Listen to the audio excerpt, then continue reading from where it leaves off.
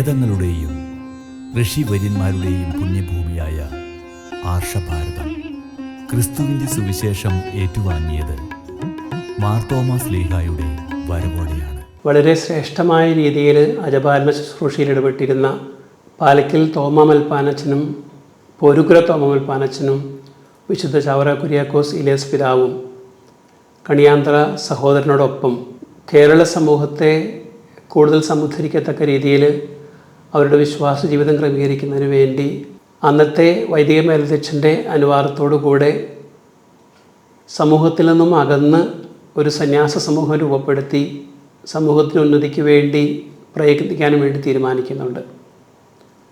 അങ്ങനെയാണ് CMI സന്യാസ സമൂഹം ഏറ്റവും ആരംഭത്തിൽ രൂപകൽപ്പന ചെയ്യപ്പെടുന്നത്.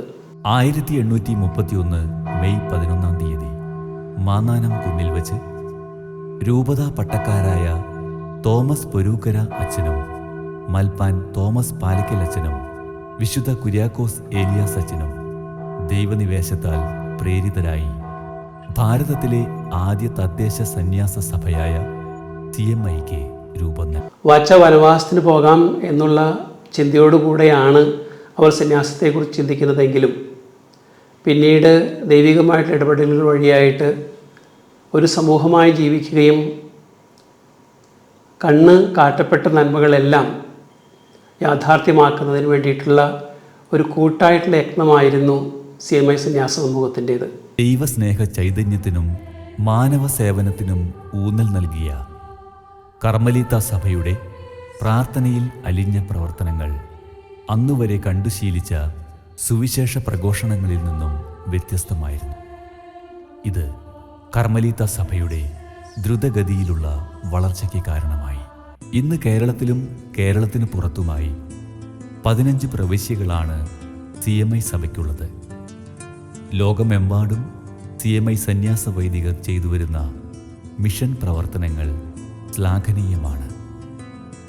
സഭാപിതാക്കന്മാരുടെ ആധ്യാത്മിക പ്രഭയിൽ ജ്വലിച്ച് തീക്ഷ്ണതയോടെ വിശ്വാസത്തിനു സാക്ഷ്യം വഹിക്കുന്ന CMI പ്രേഷിത പ്രൊവിൻസ് ഇന്ന് കർമ്മമണ്ഡലത്തിൽ 6 ദശാബ്ദം പൂർത്തീകരിക്കുകയാണ്. പ്രേഷിത പ്രവിശ്യ അതിൻ്റെ ഡയമണ്ട് ജൂബിലി ആഘോഷിക്കുന്ന ഈ അനുഗ്രഹം നിറഞ്ഞ അവസരത്തിൽ സുവിശേഷം ജീവിക്കുന്നതിലും സുവിശേഷം പകർന്നു കൊടുക്കുന്നതിലും പ്രവിശ്യ തനതായിട്ടുള്ള പങ്ക് വഹിച്ചിട്ടുണ്ടെന്നുള്ളത് വളരെ നന്ദി നിറഞ്ഞ ഹൃദയത്തോടെയാണ് ഓർത്തു. പ്രേഷിത പ്രവിശ്യ എന്ന സ്വപ്നത്തിന് ചിറക് നൽകിയത് ആദ്യ പിതാക്കന്മാരായ ക്ലമൻസ് തോട്ടുങ്കൽ, ലയോൺഷ്യസ് കാഞ്ഞിരത്തിങ്കൽ, പ്രീമൂസ് ആലപ്പാട്ട്, എയ്മാട് ഉറുവത്ത്, കലിസ്റ്റസ് മാളിയേക്കൽ, മലാക്കിയാസ് കണ്ണനായിക്കൽ എന്നിവരായിരുന്നു.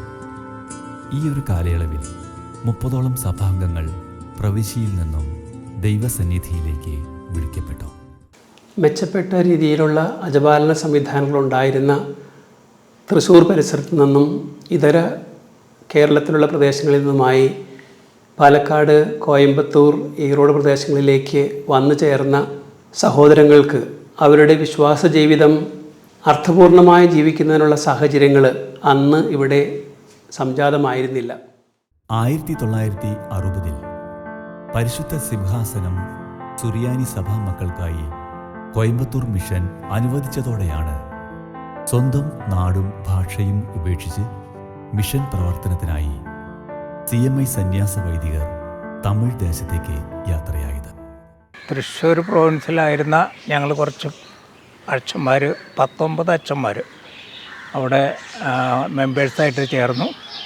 പലർക്കും ഉണ്ടായിരുന്ന ഒരു പ്രയാസം മറ്റ് ഭാഷ സംസാരിക്കാനും അവരോട് കൈകാര്യം ചെയ്യാനുമുള്ള ഒരു ഇതാണ് കുറവുണ്ടായിരുന്നത്.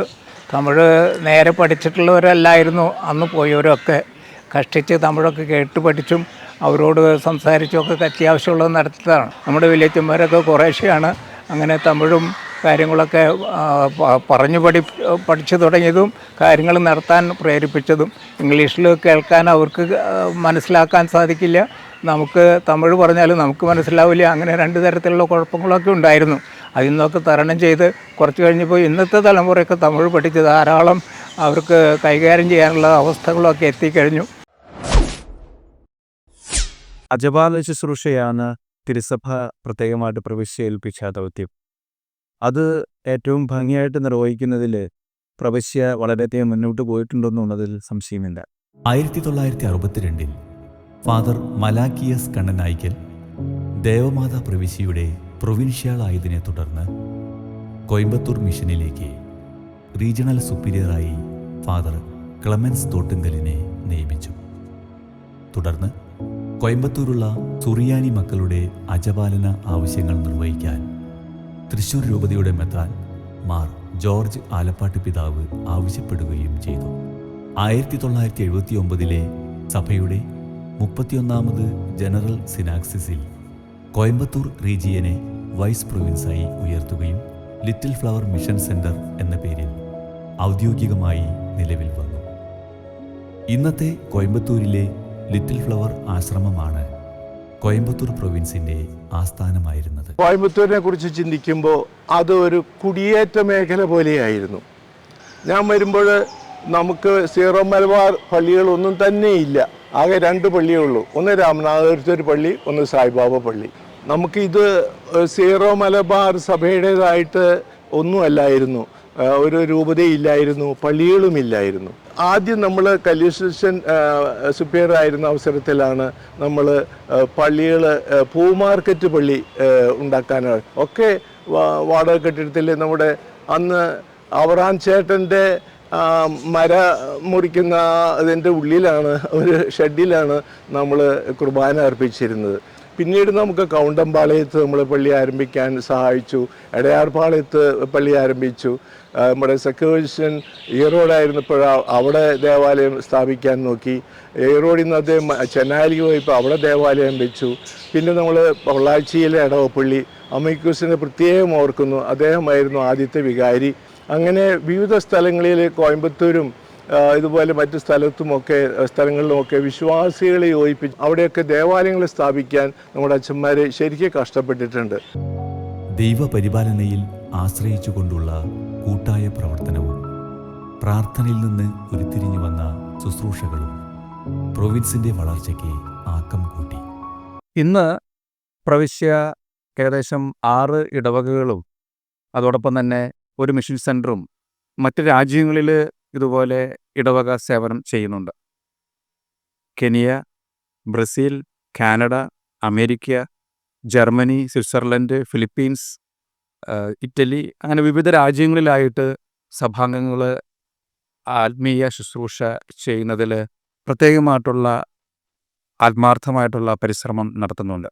കർമ്മല മാതാവിൻ്റെയും വിശുദ്ധ ചാവറ പിതാവിൻ്റെയും ക്രിസ്തുവിൻ്റെ അപ്പസ്തോലനായ വിശുദ്ധ തോമാസ് ലീഹായുടെയും വിശുദ്ധ കൊച്ചു ത്രേസ്യായുടെയും മാധ്യസ്ഥം വഴി അജപാലനം, വിദ്യാഭ്യാസം, സാമൂഹിക പ്രവർത്തനം തുടങ്ങിയ മേഖലകളിലെ ആഗോള കത്തോലിക്ക സഭയുടെ മിഷൻ പ്രവർത്തനങ്ങളിൽ സജീവമാണ് ഇന്ന് പ്രേക്ഷിത പ്രവിശ്യ.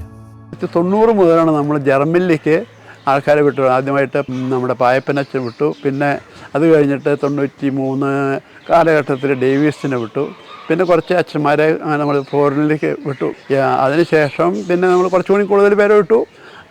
അന്നത്തെ സിറ്റുവേഷൻ അനുസരിച്ച് നമുക്ക് ചെയ്യാവുന്നതിൻ്റെ മാക്സിമം നമ്മൾ ചെയ്തിട്ടുണ്ട്. അതോടൊപ്പം തന്നെ പാസ്റ്റർ മിനിസ്ട്രിയിലും നമുക്ക് അധികം പാരീഷസ് ഇല്ലെങ്കിലും ഉള്ള പാരീഷസൊക്കെ ഭംഗിയായിട്ട് നടന്നു പോകുന്നുണ്ട്. പ്രവിശ്യയുടെ അജപാലന ശുശ്രൂഷയുടെ മറ്റൊരു പ്രധാനപ്പെട്ട മുഖമുദ്രയാണ് ധ്യാന കേന്ദ്രങ്ങൾ. ധർമ്മപുരിയിലും ബാംഗ്ലൂരും കെനിയയിലുമുള്ള ധ്യാന കേന്ദ്രം. അതുവഴി നിരവധി പേർക്ക് ശുശ്രൂഷ ചെയ്യുവാനായിട്ട് നമ്മുടെ വൈദികർക്ക് സാധിക്കുന്നുണ്ട്. അതുപോലെ തന്നെ പ്രവിശ്യയിലെ അംഗങ്ങളുടെ പ്രത്യേക സിദ്ധി, സ്പെഷ്യൽ കാരിസംസ് പ്രോത്സാഹിപ്പിക്കുന്നതിൽ പ്രവിശ്യ പ്രത്യേക ശ്രദ്ധ പുലർത്തിയിട്ടുണ്ട് എന്നുള്ളതിന് ഏറ്റവും വലിയ ഉദാഹരണമാണ് ദിവ്യോദയ ഇന്റർ റിലീജിയസ് സെന്റർ, മതസൗഹാർദ്ദ കേന്ദ്രം, മത നല്ലിണക്ക മയ്യം. ഇന്ന് കോയമ്പത്തൂര് മറ്റുള്ളവർക്ക് പ്രചോദനം നൽകുന്ന ഒരു സ്ഥാപനമായിട്ട് തുടരുന്നു എന്നുള്ളത് തീർച്ചയായിട്ടും അഭിമാനകരമായിട്ടുള്ള ഒരു കാര്യമാണ്. കോയമ്പത്തൂർ കൗണ്ടമ്പാളയത്തുള്ള ക്രൈസ്റ്റ് മെസ്സേജ് സെന്റർ ഇത് സ്ഥാപിച്ചത് ബഹുമാനപ്പെട്ട കലീസ്റ്റസ് അച്ഛനാണ്. ഈ സ്ഥാപനം വഴി ഒരുപാട് വ്യക്തികൾക്ക് ക്രിസ്തുവിന്റെ സന്ദേശം പകർന്നു കൊടുക്കാനായിട്ട് സാധിച്ചിട്ടുണ്ട്.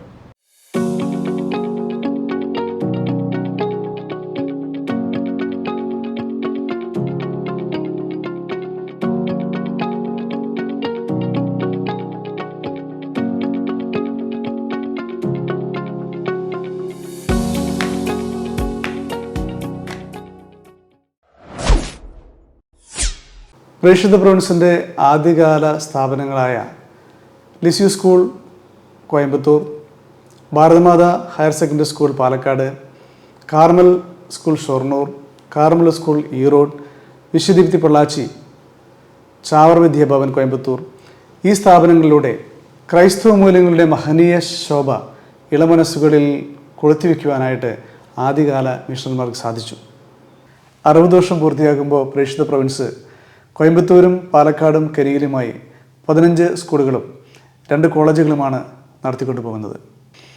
പ്രേക്ഷിത പ്രൊവിൻസിലെ യുവ തിടമ്പുകളായ വൈദ്യ സഹോദരർ ഉന്നത വിദ്യാഭ്യാസം നേടുകയും നവീനമായ രീതികളിലൂടെ വിദ്യാഭ്യാസത്തെ കൂടുതൽ മേന്മയുള്ളതാക്കുവാനായിട്ട് പരിശ്രമിക്കുകയും ചെയ്യുന്നത് വളരെ സന്തോഷത്തോടും പ്രതീക്ഷയോടും കൂടിയാണ് സഭ നോക്കിക്കാണുന്നത്.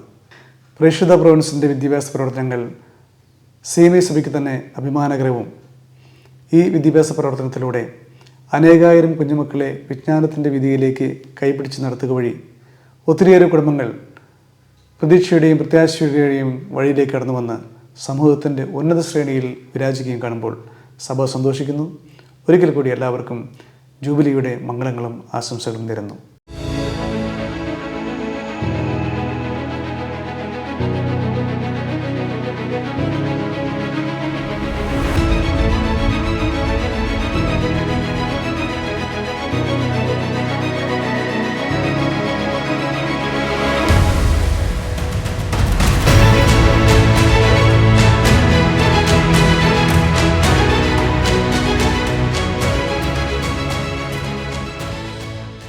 ജനങ്ങൾക്ക് ഉപകാരം ഉണ്ടാകുന്ന എന്തെങ്കിലും കാര്യങ്ങൾ ഓരോ ഭവനത്തോടും ഉണ്ടായെങ്കിലേ നമ്മുടെ പ്രവിശ്യയും വളരുള്ളൂ, നമ്മുടെ ഭവനങ്ങളും വളരുള്ളൂ എന്നൊരു ചിന്ത ഉള്ളിൽ വളരെ ആഴമായി തോന്നി.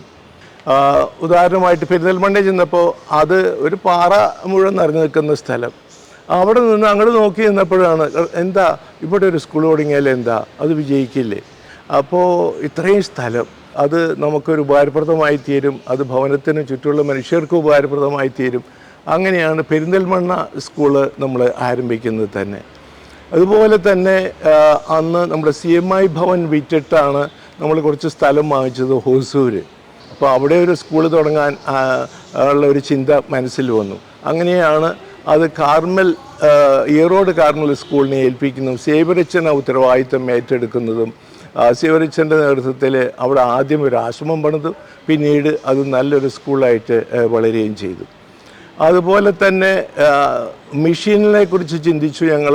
അങ്ങനെയാണ് എംബു രൂപത അധ്യക്ഷനെ പോയി കാണുന്നതും അദ്ദേഹം സന്തോഷത്തോടെ നമ്മളെ വെൽക്കം ചെയ്യും, സ്കൂൾ തുടങ്ങാൻ അനുവാദം തരികയും അങ്ങനെ അവിടെ ഒരു സ്ഥലം വാങ്ങിച്ചു, ഒരു കെട്ടിടം പണിതു, അവിടെ എംബു നമ്മൾ അങ്ങനെ അവിടെ സ്കൂൾ ആരംഭിച്ചു.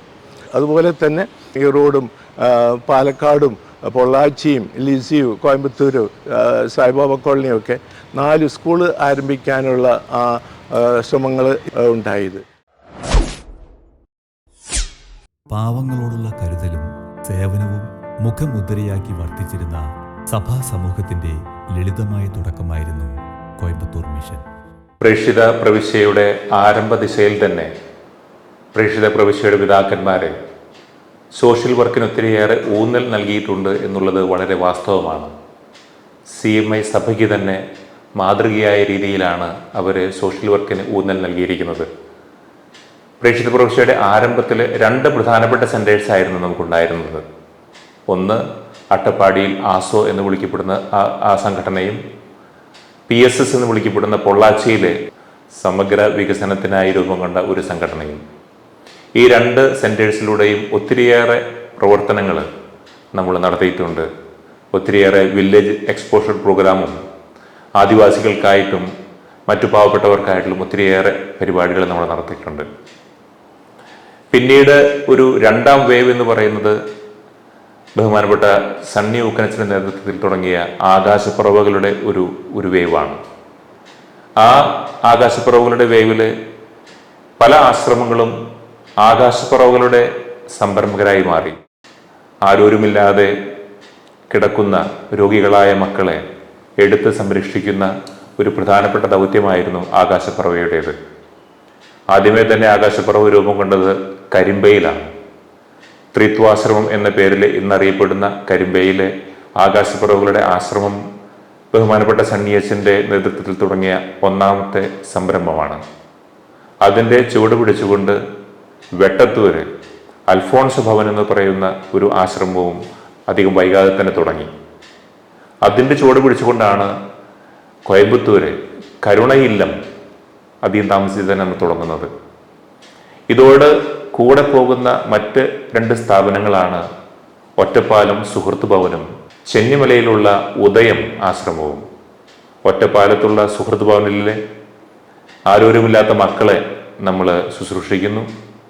ഉദയം ചെന്നിമലയിൽ മാനസികമായും ശാരീരികമായും വൈകല്യമുള്ള വ്യക്തികളെ നമ്മൾ ശുശ്രൂഷിക്കുന്നു. ഈ അടുത്ത് തുടങ്ങിയ പൊള്ളാച്ചി നാഗൂർ ബേസ് ചെയ്ത് തുടങ്ങിയ പാലിയേറ്റീവ് കെയർ സെൻ്ററും ഈ ആകാശപ്പറവുകളുടെ ഒരു എക്സ്റ്റൻഷനാണെന്ന് വേണമെങ്കിൽ പറയാം. പ്രേക്ഷിത പ്രവിശ്യയുടെ മിഷൻ റീജനായി കെനിയ വളർന്നു വന്നപ്പോൾ അവിടെയും സാമൂഹ്യ പ്രവർത്തനത്തിന് നമ്മൾ ഒത്തിരിയേറെ പ്രാമുഖ്യം കൊടുത്തിട്ടുണ്ട്.